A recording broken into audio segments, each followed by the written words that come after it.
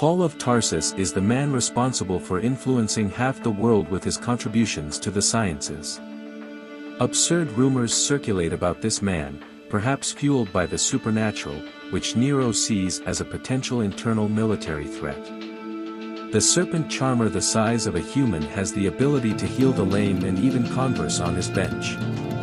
My expectations were higher, hoping for at least a man who would stand firm and aligned. There are many rumors on the streets about his powers, and I can only wonder if such stories are true. As for my husband, I recognize his strength, akin to that of a man who endured countless whippings. 20 lashes for the elderly, however, left his spine with a scar that never properly healed. His followers, too, have faced beatings, rapes, and deaths. We must not forget Christ's example of being found through love. We are subjected to public humiliations throughout the day, considered as sheep destined for slaughter. They tell me you are a doctor, and I understand the risk you take opposing the emperor as a Christian. Christianity was declared a forbidden cult, and Paul of Tarsus is Nero's main target. His writings are deemed subversive, and the punishment is death by beheading.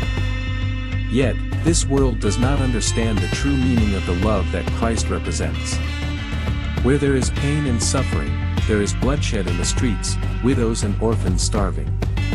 Even newborns are rejected, left to die. But you wouldn't give up on this world, as Christ never gave up on us. How is your daughter's health, my friend? Each day, I hope for improvements.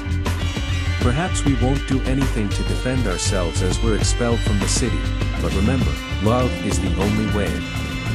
She may be fragile now, but if she doesn't recover in this world, you know what awaits her in the next.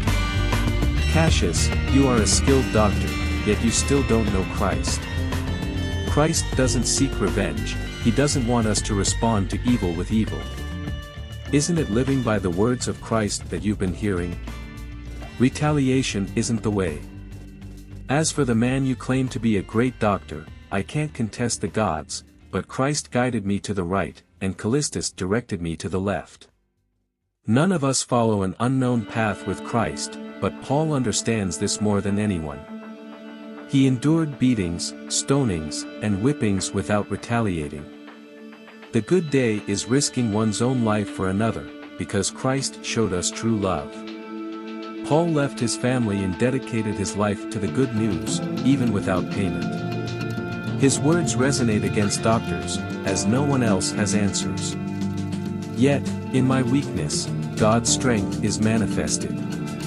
As for your daughter, I've never witnessed such a complex case. Medicine has failed, but Christ can heal where science can't reach. Nero wants to see Paul of Tarsus silenced, but he wouldn't hesitate to sacrifice his life for the glory of God. And while the gods remain silent in the face of suffering, Paul offers the truth of salvation. As for your daughter, keep the faith. Where the gods failed, Christ can triumph. Entrust her to him and witness healing unfold. I'm not challenging the gods, but I'm guided by Christ. He called me to bring healing to your daughter, even if it means risking my own life. Thank you for entrusting her life to me. I have a place where I can obtain the necessary remedy. When I see the vast sea before me, I realize human life is like water flowing through our fingers.